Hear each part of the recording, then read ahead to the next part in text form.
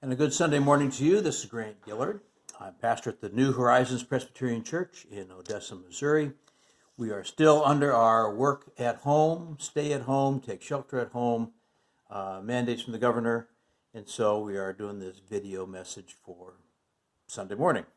And someday we'll be back together, but until that time, we'll just continue to be safe. We'll be quarantined and separate and practice the social distancing. And here we are on this third Sunday of Easter.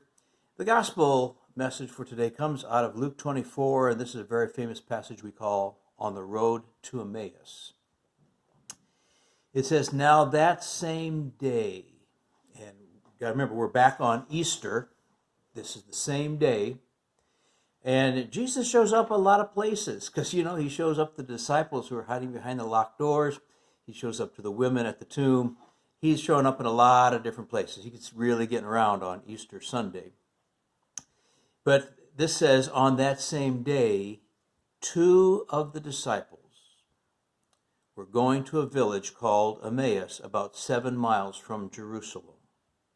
You gotta stop and think, how long does it take to travel 7 miles? If you walked at a really good, like an exercise clip, about 4 miles an hour, it'd take you about 2 hours. But I'm going to guess these people were traveling, not for exercise, but for just the purpose of getting from one place to another. Let's suppose it takes them maybe 3, maybe 4 hours at a very leisurely pace. They were talking with each other about everything that had happened. As they talked and discussed these things with each other, Jesus himself came up and walked along with them, but they were kept from recognizing him. That's a very interesting part of this story. So Jesus asked them, what are you discussing together as you walk along the road? They stood still, their faces downcast. One of them, named Cleopas, asked Jesus, are you the only one visiting Jerusalem who does not know the things that have happened there in these 3 days? What things? Jesus asked. About Jesus of Nazareth, they replied. He was a prophet, powerful in word and deed before God and all the people. The chief priests and our rulers handed him over to be sentenced to death, and they crucified him. But we had hoped that he was the one who was going to redeem Israel. And I think right there, that's what we call the crux to the matter right here. We had hoped that he was the one who was going to redeem Israel. And if we had more time or we had a chance to interview them personally, we might ask, well, what were your hopes? If you had hopes that Jesus was the one to redeem Israel, what are those hopes going to look like? What did you expect Jesus to do? And then they continued. In addition, some of our women amazed us. They went to the tomb early this morning, but didn't find his body. They came and told us that they had seen a vision of angels who said he was alive. But then some of our companions went to the tomb and found it just as the women had said, but they did not see Jesus. Jesus said to them, how foolish you are, and how slow to believe all that the prophets have spoken. Did not the Messiah have to suffer these things and then enter his glory? And beginning with Moses and the prophets, he explained to them what was said in all the scriptures concerning himself. This is where I think this must have been kind of a slow journey if Jesus was able to explain to them what was said in all the scriptures concerning himself. And as Luke writes this, I'm glad Luke kind of summarized this just to simply say that Jesus said all the things that were told in the scriptures concerning himself. Just think what it would look like if Luke started to write all that down and how lengthy his gospel would have become. As they approached the village to which they were going, that is, the village called Emmaus, Jesus continued on as if he were going further. But they urged him strongly, stay with us, for it's nearly evening, the day is almost over. So he went in and stayed with them. When he was at table with them, he took bread, gave thanks, broke it, and began to give to them. Then their eyes were opened, and they recognized him, and he disappeared from their sight. There's a very interesting sacramental moment in that idea of the breaking of the bread. And when we do communion, and of course Presbyterians, we practice an open communion that all are welcome. We've got this idea that it's in the breaking of this bread that this bread becomes the representation of Jesus' body. When we pour out the cup of grape juice, we again talk about the representation that this is Jesus' blood poured out for the remission of our sins. And it's always kind of my hope that sometimes just taking communion as we commune with God, but also in this mystical collection as we commune with one another, that our eyes are opened, our ears are opened, our hearts are opened. Just in the presence of serving a little cube of bread and a little tiny cup of juice, that in that very mystical spiritual presence, God is there. Well, when Jesus was at table with them, he took the bread, gave thanks, broke it, and began to give it to them. Then their eyes were opened and they recognized him, and he disappeared from their sight. That too is for me a very interesting addition to this text. They asked each other, "Were not our hearts burning within us as he talked with us on the road and opened the scriptures to us?" They got up and returned at once to Jerusalem. There they found the 11 and those with them assembled together, and saying, "It's true, the Lord has risen and has appeared to Simon." Then the two told what had happened on the way and how Jesus was recognized by them when he broke the bread. Well, some good news rumbling in our state and in our community. It seems we are preparing the idea of reopening our businesses, reopening our churches. There's a lot of conversation on getting close to that point.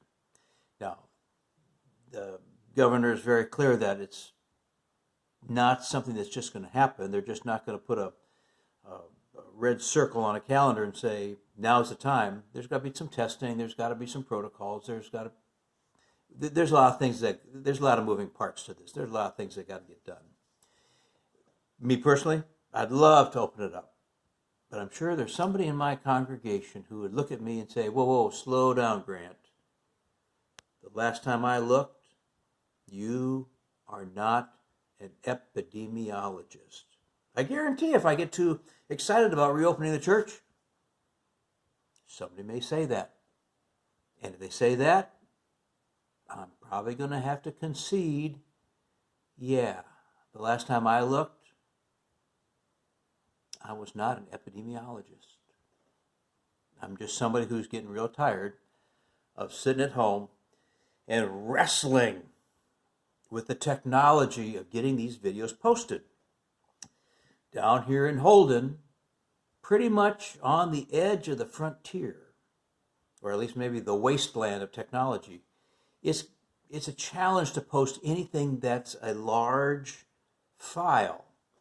And I've got one that I put together on Wednesday, and I'm probably have to drive to Odessa, where at least people know what the internet is, and post it online. And it's very, very frustrating. So I'm wrestling with that.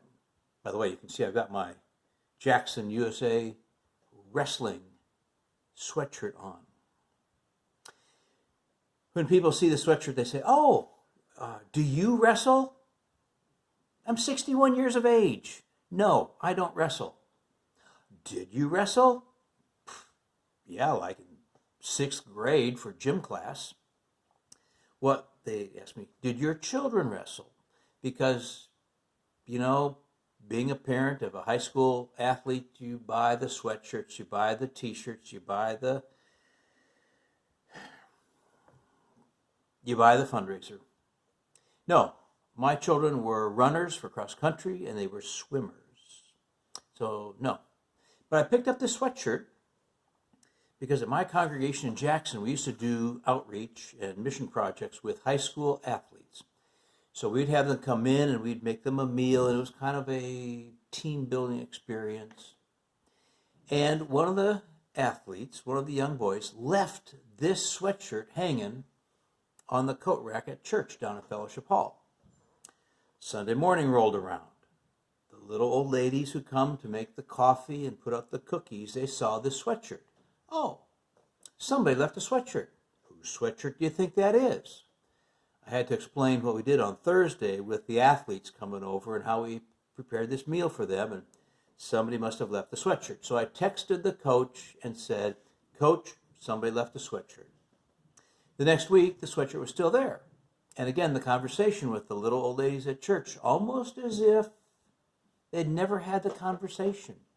Oh, well, look at that. There's a sweatshirt hanging over. Who do you think that sweatshirt belongs to? How did it get here? And they would hold it up and look at it. What's a nice sweatshirt? And then hang it back up, and I would explain the same story. The next week, again, somebody would come down in Fellowship Hall and say, hey, somebody left a sweatshirt there. Whose sweatshirt do you think that is? How did it get here? Finally, I just said, I'm going to acquire, I'm going to confiscate, I'm going to take that sweatshirt. And so I started wearing it. It's a very comfortable sweatshirt. I again texted the coach and said, there's a sweatshirt over here. Didn't get any response, so I thought, fine. So, do I wrestle? Well, I wrestle with technology, and I also like this idea that comes out of Paul's letter when he wrote to the Ephesians. For we wrestle not against flesh and blood, but against principalities, against powers, against the rulers of the darkness of this world, and against the spiritual wickedness in high places. See, for Paul, this idea of having faith, this wrestling against these external demons of evil. But as for me, I'm still wrestling with the internal demons of when is this pandemic going to end? How are we going to get over it? What's it going to look like? We just absolutely shut the economy down like that, and we're not just suddenly going to set it back up again. It's going to take some time. It's going to take some adjustment. There's just a lot of moving parts to this. And I think with the disciples on the road to Emmaus, they too were wrestling with these internal demons. The things just didn't turn out the way they had hoped. Things didn't turn out the way they thought they would. The statement they make is very telling. We had hoped this Jesus of Nazareth was going to be the one to redeem Israel. They had these preconceived notions. They had these expectations. And what Jesus did, instead of redeeming Israel in the same fashion that they thought, instead he submitted himself to the authorities. They hung him on a cross, and he died. And as far as we're concerned, this whole thing, it's over. So when Jesus slides alongside of them on this road and says, "Oh, what are you boys talking about?" Well, they look down and probably trying to find some way to put their emotions into words, and they were disappointed. And the way they responded to Jesus is kind of like, what rock were you hiding under the last 3 days? And then these women come to us. They've got these stories, and we just didn't know whether to believe them or not. But some of the others went to the tomb, and the tomb was empty. Now, you got to remember, the empty tomb is not the proof for the resurrection. It was the appearances of Jesus after Easter, after they knew that he died on the cross. After they knew, they took him down and put him in this tomb and rolled this stone in front of it.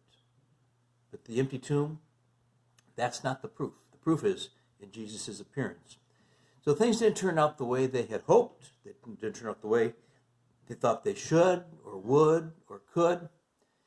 But they were open to Jesus' teaching on the road as he began to unwind and share all the teachings from the scriptures on who the Messiah is. They're also open to God's providence. And in the breaking of this bread, the appearance of Jesus. And while things didn't turn out the way they thought they should, or the way they could, or the way they would, they turned out a different way. In a different way, not in line with their expectations, but in a different way that was probably better than they ever thought. And this is why I think during this pandemic, our mindset is to take a longer term view. Right now, I'm just looking for the time we can get back to church. And hopefully that will be in the next month, 6 weeks, 8 weeks maybe at the most. We don't know really. And there's a lot of things that have to get done and in place before we get to that point. But to take the longer view, it's like you stand off and you look at the horizon and you see how God is at work. But when you're close up and you're only looking day to day, sometimes you don't see all the little bitty parts that are at work. And so as things didn't turn out for the disciples, they were discouraged. Well, I think we're battling a lot, and we're wrestling with a lot of discouragement ourselves. But to take that longer view, that God is still at work, that nothing will be back the way it used to be, and we just have to accept that and get used to it. But God is still at work. And so I asked these questions of myself. I said, okay, when's this thing going to end? That's a short view. What's it going to look like when we come out of it? That's also a short view. What are we going to be doing when we finally get out of this pandemic and we are released from these take shelter at home mandates? I don't know. But again, that's a real short-term, near-term outlook. The trick is to take the longer view. And if these two disciples had done what Jesus was talking about, that is, to take the longer view that God was at work in the Old Testament, laying out all these expectations for the Messiah, and the teachings that on the third day he would rise again, instead of going home forlorn, maybe they'd look around and say, yeah, God's at work. Let's just open our eyes and maybe we can perceive it. And that happened in the breaking of the bread. It also happened when they gathered back with the other disciples who were still hiding and cowering because they didn't know what to expect either. And maybe that's the trick. We just don't know what to expect. So that's why we trust God. That's why we have faith. That's why we lean on one another. Because we remember in all these things, we are followers of Jesus Christ. And as followers, we fall in line to trust Jesus.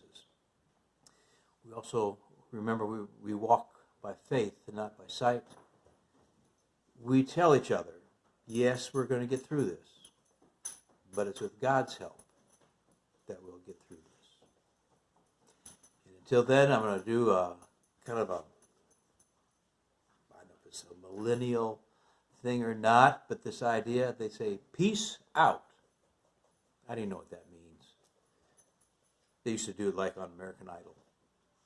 Anyhow, when I say peace out, we really remember what Jesus said when he first met the disciples and they were cowering behind the doors. He said, peace be with you. So until we meet again, peace be with you. Unless you're a millennial, peace out.